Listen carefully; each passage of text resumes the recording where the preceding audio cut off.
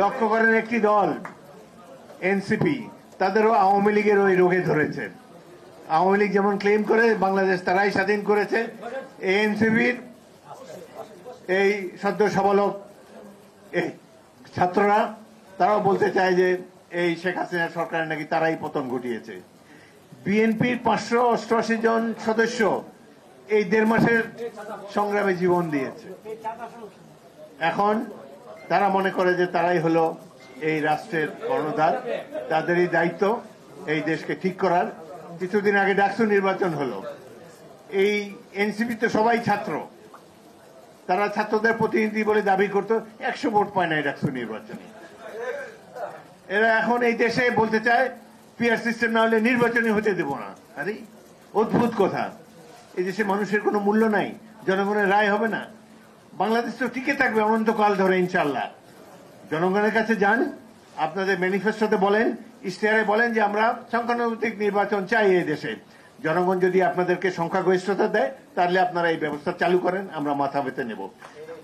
কিন্তু এইভাবে জনগণের উপরে 2-3টি রাজনৈতিক দল ইউরোপ আমেরিকার থেকে আগত বুদ্ধিজীবীদের দ্বারা পরিচালিত হয়ে এই ধরনের সিস্টেম করতে দেওয়া বাংলাদেশের গণতন্ত্রের জন্য অত্যন্ত ক্ষতিকর হবে। আমরা দেশের সর্ববৃহৎ দল রাজনৈতিক দল বিএনপি, আমরা কখনোই এটিকে সহ্য করব না। আজকে সারা আমরা জানি পতিত স্বৈরাচার ভারতে বসে বাংলাদেশের বিরুদ্ধে ষড়যন্ত্র করে যাচ্ছে। তারা অফিস আদালত নিয়ে তাদের কাছ থেকে বুদ্ধি পরামর্শ নিয়ে বাংলাদেশে প্রতিদিন নির্বাচন পর্যন্ত প্রতিদিন তারা সহিংসতা চালাবে। এদের তো কোনো দেশ নাই, এরা এখন মাসির দেশে গিয়েছে, সেইখান থেকে সহিংসতা চালিয়ে বাংলাদেশকে ধ্বংস করতে চায়।